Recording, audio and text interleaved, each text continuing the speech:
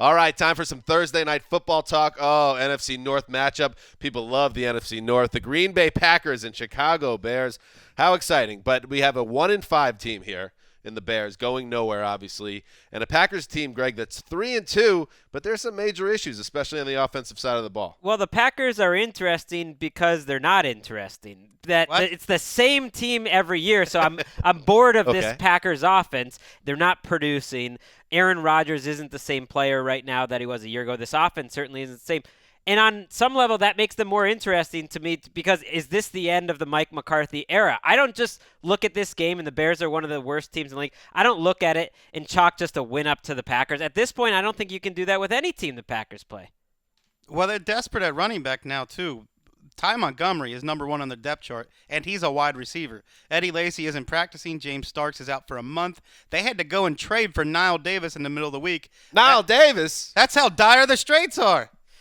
Well, it's like Christmas has come early to NFL fans that enjoy the Chicago Bears on prime time 3 times already this season. I can't get enough of this. I don't know what they were thinking. On top of it, they put the game in Green Bay. So if they were concerned about the Packers at all, it was like, oh, this is a nice get-well operation for Green Bay. But I do think that, Greg, good point. This team against Dallas last week, the Green Bay Packers, which typically a high-flying, high-scoring operation, utterly boring to watch.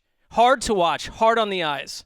And that's crazy for a guy, Aaron Rodgers, who still has made a number of throws this year that basically no other quarterback can make, including just 2 weeks ago in primetime in a game where he didn't play well, but he still had 4 or 5 great plays. Yeah, he also overthrew Randall Cobb in the end zone last week, fumbled inside the 6-yard line.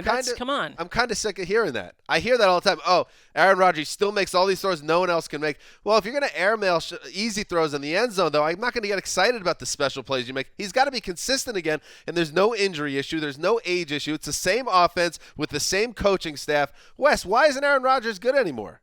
Let's look at this. Or should I say great? Let's compare this to Buffalo, where you have a quarterback like Tyrod Taylor who has to wait till a play breaks down because his receivers are really bad. Aaron Rodgers has been the same way for the past calendar year. The only way he sees his receivers show a sliver of separation is when the play breaks down. So now he's like trained himself to wait for the play to break down in order to pass it first. There's no timing element. And for the second year in a row, you didn't have Jordy Nelson at all last year, and I think that at where he is right now, this is not the player from a couple years ago. He's not. That's right, and I think we saw against Dallas. This is a good Packers defense, one of the better defenses I think Mike McCarthy said, but it's not a defense that's going to carry you. The money, the pedigree, the continuity, that's all on the offensive side. They're not going to win with their defense week after week. And Brian Hoyer, make fun of him, he's played fine. They're good enough to go win this game. They really are the way the Packers are playing right now. The last 16 games, Brian Hoyer and Aaron Rodgers' stats are almost identical. So that's what's going on. We know the Bears don't have a chance, but the Packers don't have a chance either unless Aaron Rodgers becomes Aaron Rodgers again.